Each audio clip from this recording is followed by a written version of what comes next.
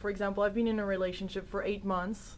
How it's a crucial point where the partners communicate to each other when they kind of set the tone for the rest of the relationship, and then some past experience start popping up as the two people start to get in love, and get really wanting to create something. How do you deal with that? What is your recommendations, and what are some of the recommendations you offer in your book? Well, here's what. First of all, there are different stages of dating. Mm-hmm, yeah, exactly. Okay, there's different stages, and I did write a whole nother book about that, which is Mars, Venus on a Date. Mm-hmm. And I talk about the 5 stages of dating. And in my new book, I talk about how stress gets in the way of good communication and us understanding each other. And I really think that is the big issue today. But in addressing the singles issue you just talked about, I don't think it's a good idea to use your relationship for therapy. When I talk about sharing with your partner things that are going on in your life, talk about what's going on now in your life. Connect with them so they know what's going on now. You can share some experiences of your past with them, but don't do it from the point of view that they're going to be like a therapist and somehow fix you, or you need to share with them. If you feel like you need to be fixed, or you need to share things to heal your heart, or whether, find a therapist. Don't ever I don't think you should look to your partner for therapy. It puts a burden on them. And it creates, most of our wounds in our heart have to do with, like when we're vulnerable and somebody of greater authority betrays us in some way. So if you're sharing that with your partner, expecting them to heal you, you're making them into a parent. And when you make your partner into a parent, you lose the passion. See, you need to have an equal relationship. And women need to have a life of their own. This is another problem, is women will have a life of their own. And finally, when they sort of let down their defenses, they'll sort of attach to a guy, and they drop their life. And they look to everything from him. And this is a recipe for disaster. And some women go, oh yeah, I don't think so.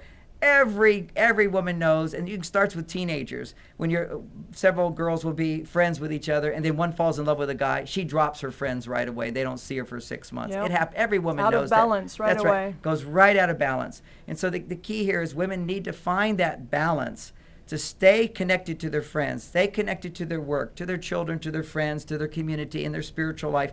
All those things provide fulfillment, different kinds, like different love vitamins. Let a man be just one, and let him be dessert. That's how you should look to a man, is just dessert. Nice. Because when a man feels that, hey, I'm the emergency guy. I haven't talked much about the emergency guy, but I come in when he's really needed, and you ask him, oh, would you help me with this? And the truth is, in marriages, often I hear women will complain, my husband doesn't do anything. But when you really look into it, who is it that negotiates the dispute with the neighbor? Who is it that spends 6 hours on the computer trying to fix it when it breaks down? Who's sitting down watching TV when he comes back from work? That's the point. He does the emergency things because he is sitting down in front of the TV. He's conserving his energy, so there is an emergency, so that he does have the energy for romance, so that he does have the energy for good communication. But if he doesn't do those things, and he's just sitting on the couch doing nothing. But part of the reason men don't do the romance, don't do the communication, and don't come forth and help her, like my wife, in any day, I sit by the TV and watch. I come home, I relax. She says, go to your cave. She's happy for me to go there. But if she's tired, she'll say, John, would you help me? Would you do this? Would you do this? Would you handle dinner? And I'll handle dinner. Usually that means I just go out and buy some food and bring it home. She'll say sometimes, will you clean up the kitchen? I'm too tired. But she generally does the routine jobs. I do the emergency jobs. Now, I'm not saying that's the right routine for everybody. They have to work it out. But what I do prove, without any dispute, is that when men do routine jobs, which tend to be sort of expected, they tend to get their energy levels start to drop.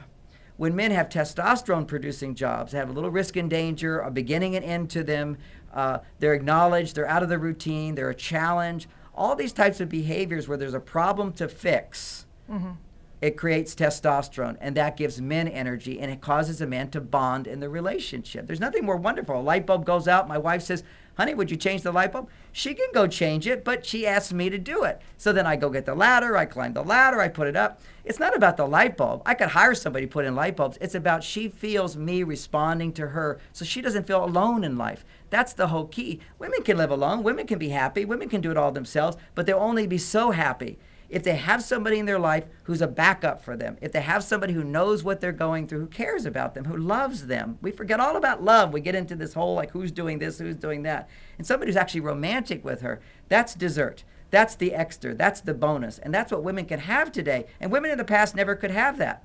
When women were dependent upon men as providers, then that was it. He did his providing, and she felt very satisfied with that. But they didn't have romance. They didn't have good communication. They did have the emergency man. He was there for emergencies. But you can have so much more from men today. So I'm not saying turn back the clock. I'm saying go forward. But as we go forward with more opportunities, with more choices, women need to realize that it's not just all the men that are the problem here. Women have to come to the table and learn new skills for communicating as well. And learning to ask for support and learning to appreciate the support men give as they give more and more is a big key ingredient. And we men need to learn about women, which is, again, my book's written for men and for women.